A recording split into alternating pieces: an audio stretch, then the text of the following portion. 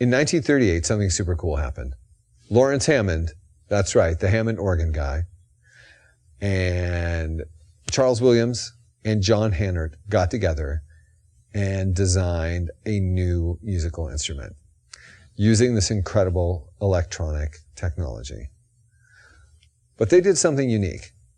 They wanted to create a keyboard device that was polyphonic, and you had a whole spread of notes that you could play.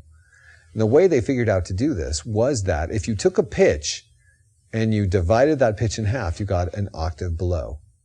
So they took 12 oscillators and tuned each oscillator to a note, the note of a piano, of an octave of a piano. They had these 12 notes. They found that by dividing the frequency of each of those notes, you could get the pitches for the octave below that. And then by dividing those divided pitches, you could get the notes for the octave below that, and on down. And this is a technique that we have come to call divide down technology. Basically, you're taking 12 frequencies and continuously dividing them in half to get the octave below the frequencies that they are. So in that way, 12 oscillators could provide the notes for the entirety of the keyboard. And they could all be played simultaneously, which is to say you could play more than one note at a time, unlike the theremin or the Ondas Martineau.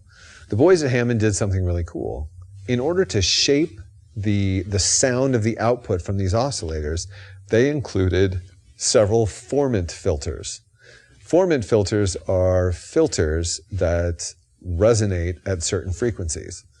So what a filter would do is it would help you change or diminish the frequencies that were present in the sound of the oscillator. So the filter would allow you to shape the tone color of the sound. And as you probably know, filters became a very major part of synthesizers in the future. But this was the first implementation of a fully controllable group of filters. In addition to that, the Hammond Novachord had two presets, percussion and singing. And what these presets really were, they were not sound settings at all, but two different types of articulation, because the Hammond Novachord had a tube-based envelope. So you could have sounds with a slow attack and a slow decay, or a fast attack and a fast decay. And of course you could control volume with the volume pedal as well. The prototype of the Novachord was actually touch sensitive, like a piano. So the harder you hit the keys, the louder it was. Unfortunately, this proved too expensive, and they decided to cut it out of the production models. So controlling the volume was either using this primitive envelope or using the swell pedal, which reminded a lot of people of an organ, which became problematic for the Novachord. In any case, lastly, the Novachord actually had a low-frequency oscillator, although we'll just call it vibrato because that's what it was. And it wasn't just that it was low-frequency oscillator. What it really was a mechanical vibrato circuit that employed mechanical technology to create a really diverse vibrato that was more natural, more music-like, not just a variation in pitch, which would sound sort of spiritless and boring. There were two different vibrato circuits that could be used to create a really natural vibrato sound. So this device was designed to create sounds that had never been heard, and it could do that. It was very limited, and topping out at over 160 tubes, the thing was quite incredible. It weighed about 500 pounds. It looked like a piano.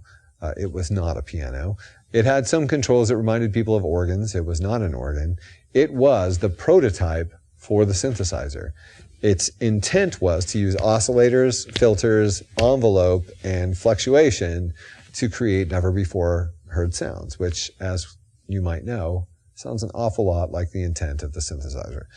So the Hammond Novachord, I always say, was the first production prototype for the future synthesizer. And also, it had a beautiful, beautiful sound.